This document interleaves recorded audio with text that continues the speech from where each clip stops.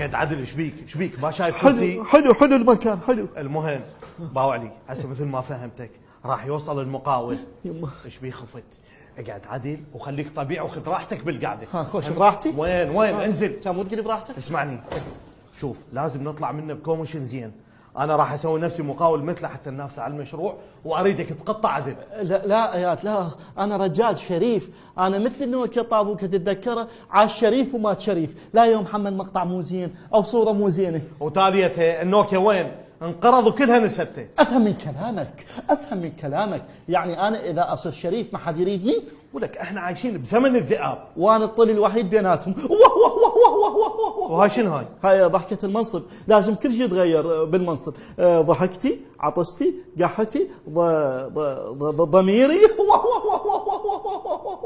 بابا تصدقت انا شريف، انا اذا مات واحد اقطع روحي. وهاي شلون؟ انا اقول لك ذاك يوم زيت لحيتي زاد معجون حلاقه كليتي. انت شنو فصيله دمك؟ او زاد. انا او فاسد.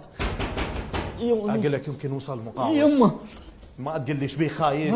ايش بيه خايف؟ اقول لك هو نفس المقاول بذيك المره خذينا من عنده نسبه مال المشروع اللي ما قدرنا نسويه. لا حبيبي لا، ذاك قديم ونعلش، هذا واحد جديد. واحد جديد. سبحت بس سبحت. يلا بسرعه يلا. صدق كذب شنو هالسبحه هاي؟ يلا يا معود. تفضل. مرحبا. وعليكم السلام ورحمة الله وبركاته. ما شاء الله ما شاء الله، النور والتقوى مبين بوجهك. هاي يعودك على المولد، لو جاي على الوطنية بعد أقوى. تفضل. استاذ جيت على مود مشروع شبكات المجاري والتبليط. طبعا نفس المشروع اللي جاي عليه هذا الرجل الطيب. أنا ما عندي فرق بصراحة، أنا ما عندي فرق، الله شاهد ما عندي فرق اللي خذيت المشروع أنت أو هو. بس أنا شنو اللي أريد؟ أهم شيء الصدق والأمانة والكنامش. يا كنامش اسمها الكوميشن. إي يعني أهم شيء النسبة.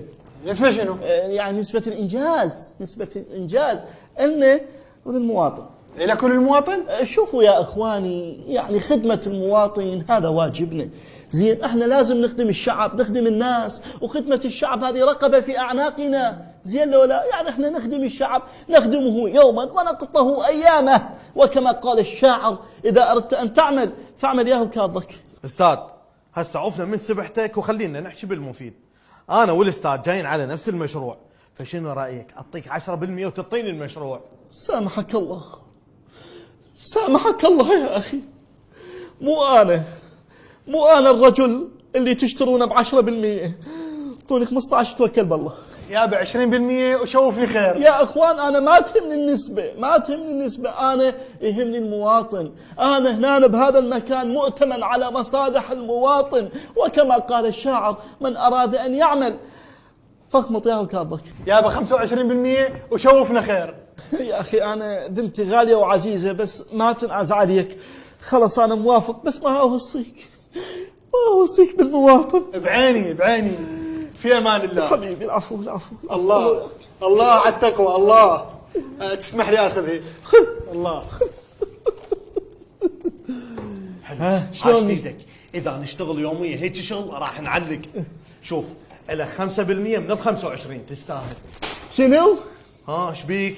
شنو تفاجأت؟ اقول لك نسيت روحك؟ ترى احنا جايبيك هنا حتى تمشي امورنا.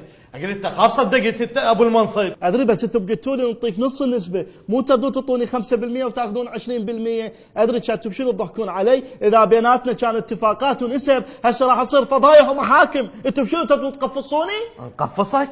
لا يا بلال ليش نقفصك؟ احنا جاي نمشي على مقولة الشاعر اللي يقول اذا اردت ان تعمل قفص ياهو كاظك.